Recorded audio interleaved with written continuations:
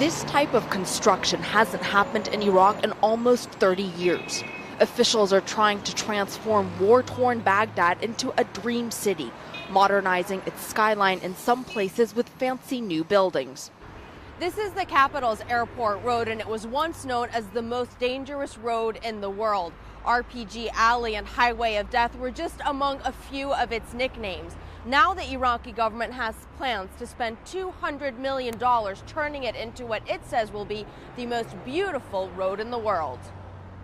But before Iraq can even begin to pull itself out of decades of war, it not only has to defeat terror, it has to defeat a silent and deadly enemy. Unexploded ordnance and mines. The country is among the most affected in the world.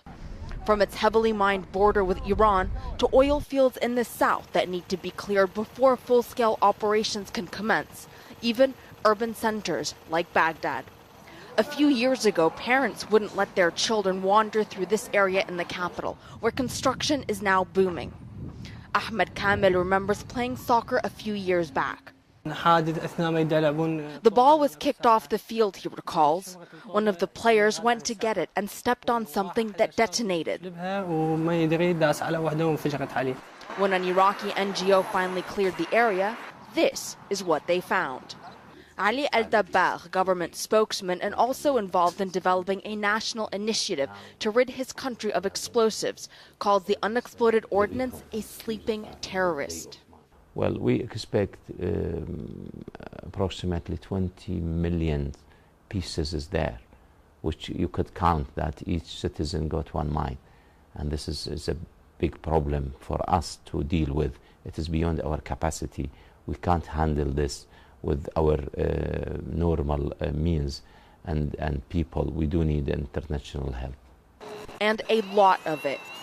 There are only a handful of NGOs and ordnance management companies that operate in Iraq. A 2009 UN report estimated it would take around 19,000 workers, 60 times more than those currently involved, and at least 10 years to get rid of decades of war pollution. The UN says that the contamination of nearly all of Iraq's provinces is one of the nation's largest public safety concerns and impediments to development, and needs to be urgently addressed for a number of reasons. We found some of the terrorist operations that they had used mines in suicide bombers. So it is a cheap and it's a free weapons in the hand of the terrorists.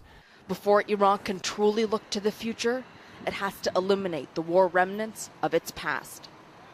Arwa Damon, CNN, Baghdad.